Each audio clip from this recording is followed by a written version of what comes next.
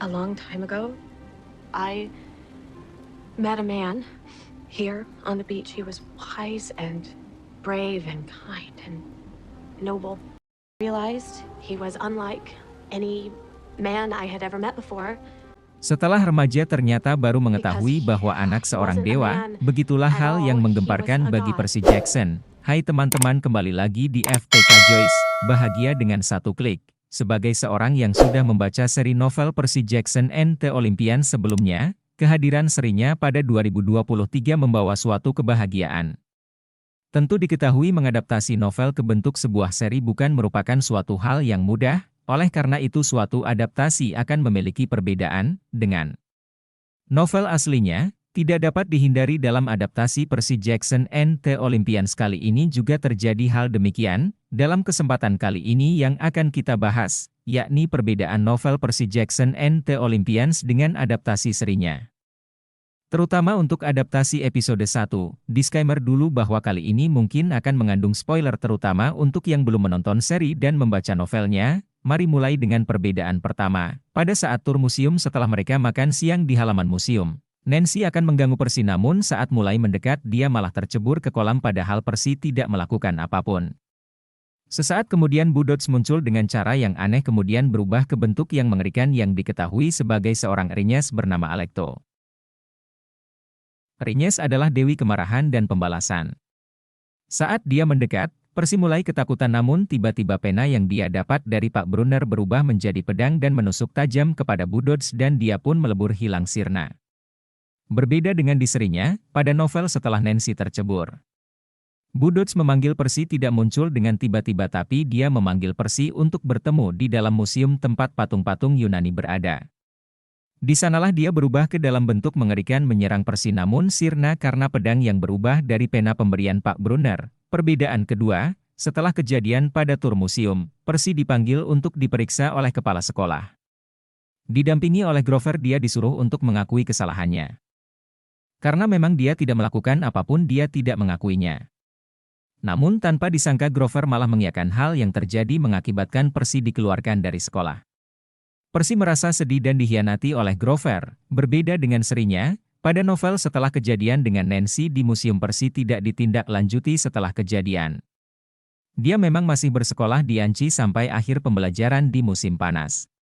Namun karena berbagai hal yang terjadi setelahnya dan setelah ujian berakhir Percy tidak akan melanjutkan bersekolah di Anci lagi namun bukan karena kejadian di tur museum dengan Nancy. Perbedaan ketiga, saat Percy dan ibunya, Sally Jackson berlibur pada sebuah pondok di pantai Moontak sudah tiba malam hari. Ibu dan anak tersebut terlibat dalam percakapan yang menarik. Ibunya menceritakan tentang bagaimana dia bertemu dengan ayahnya serta juga kekagumannya tentang ayah Percy tersebut. Namun tidak hanya sampai di situ akan tetapi ibunya juga mengungkapkan hal yang mengejutkan. Dia menyebutkan bahwa semua cerita tentang makhluk-makhluk mitologi yang sering diceritakan sebelumnya merupakan sebuah kebenaran. Dan hal paling penting, dia mengungkapkan bahwa ayah Percy adalah seorang dewa. Di bawah keterkejutan Percy menyangkal hal tersebut dia mengatakan bahwa segala hal aneh terjadi kepadanya karena memang dia yang tidak normal. Berbeda dengan adaptasi serinya, pada novelnya ketika malam tersebut memang terjadi percakapan menarik antara Percy dan ibunya. Ibunya mendeskripsikan tentang pertemuan dia dan ayahnya serta kekaguman ibunya pada ayahnya. Namun tidak sampai mengungkapkan bahwa semua cerita mitologi Yunani yang didengarnya benar apalagi sampai fakta bahwa dia anak seorang dewa.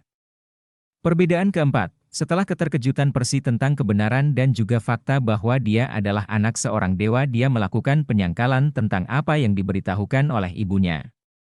Di tengah hal itu tiba-tiba suara hentakan keras di pintu dan suara yang familiar olehnya didengarnya.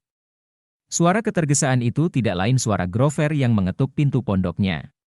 Di sana ibunya membuka pintu dan terkejut dengan kedatangan Grover. Memang mereka sudah menyepakati janji sebelumnya untuk bertemu dan pergi tetapi bukan pada malamnya melainkan pagi harinya.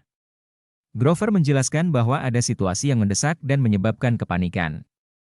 Berbeda dengan ibunya Percy malah salfok dengan Grover dia melihat separuh bawah badan Grover bukan kaki manusia belaka melainkan kaki hewan berkuku belah. Setelah kejadian tersebut mereka bergegas pergi dengan mobil dari pondok yang mereka sewa. Berbeda dengan serinya pada novel kejadiannya tidak begitu. Pada malam setelah percakapan tentang ayahnya mereka pergi tidur walau Percy memang tidak bisa tidur dengan tenang. Tapi pada malamnya mendapat suara bising dari ketukan dan suara Grover yang putus asa. Ibu Percy membuka pintu dan menemukan bahwa itu Grover. Mereka memang mengenal satu sama lain walau tidak secara tatap muka. Namun mereka tidak memiliki janji sebelumnya akan pergi bersama pada malam ataupun paginya. Percy sama sekali terkejut dengan penampilan Grover walau bagian atasnya tetap yang sama tapi bagian bawahnya merupakan kaki hewan berkuku belah. Berbeda dengan Percy, ibunya menduga situasi yang buruk terjadi pada Percy sebelum kepulangannya dari sekolah. Dia bertanya pada Percy hal-hal yang terjadi padanya di sekolah. Mengetahui hal-hal yang belum didengarnya sebelumnya memang telah terjadi hal yang tidak diinginkan, oleh karena itu mereka bergegas pergi dari pondok tersebut sebelum Percy mendapatkan penjelasan untuk dirinya. Perbedaan kelima, pada saat mereka kabur dari pondok dan pergi memakai mobil dengan kencang mereka dikejar oleh monster yakni Minotaur. Saat mobil diseruduk Minotaur dan mereka terpelanting dan menerjang ke arah hutan, mereka keluar dan lari menyelamatkan diri. Saat dekat dengan perbatasan perkemahan musim panas ibunya menyuruh Percy dan Grover bergegas ke arah perkemahan musim panas. Saat Percy meminta ibunya juga mendampingi sampai ke sana.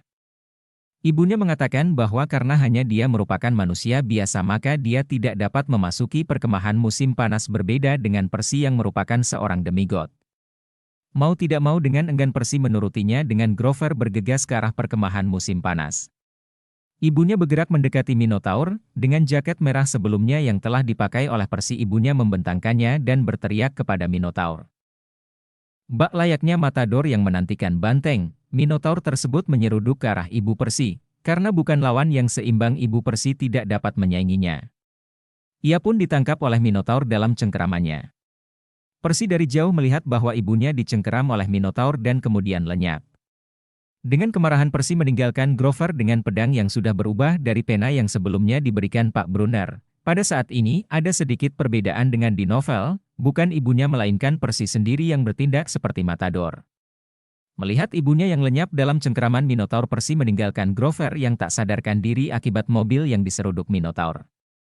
Dengan penuh kemarahan Percy mengejar ke arah Minotaur. Saat mendekat Percy mendapatkan ide konyol dengan membelakangi pohon dan mengibarkan jaketnya bertindak layaknya matador dan meneriaki Minotaur. Bergegas ke arahnya akan menyeruduk menyebabkan Minotaur membentur pohon. Percy mengelak dan menghindarinya. Kali ini Minotaur bangkit lagi. Mulai menyeruduk lagi. Percy menghalaunya dengan kekuatannya mulai melompat hingga berakhir mengendarai leher Minotaur.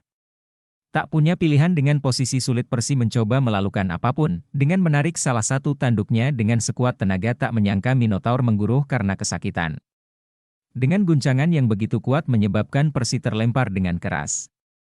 Dengan penuh kesakitan Minotaur tidak mau melepaskan Percy sehingga masih berlari dengan sekuat tenaga menyeruduk ke arah Percy, mulai bangkit dengan sekuat tenaga dan tak mengira di dekatnya ada tanduk banteng yang patah dan dia mengambilnya mengarahkannya pada banteng.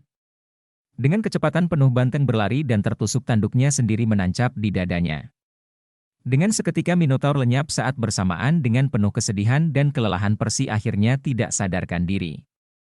Begitulah 5 perbedaan antara seri dan novel Percy Jackson dan Olympians yang telah saya rangkum. 5 perbedaan ini menurut saya menarik untuk dibahas. Perbedaan antara seri dan novel bukanlah merupakan suatu kesalahan. Hal ini makin membuat banyak variasi dan sudut pandang terhadap semesta Percy Jackson and the Olympian itu sendiri. Baiklah, bagi pemirsa mungkin mempunyai lebih banyak perbedaan yang didapat atau paparan kali ini memiliki kesalahan. Silakan dengan senang hati berkomentar di bawah sehingga menambah informasi dan wawasan kita semua. Sampai jumpa lagi di FTK Joyce, bahagia dengan satu klik. Bye-bye.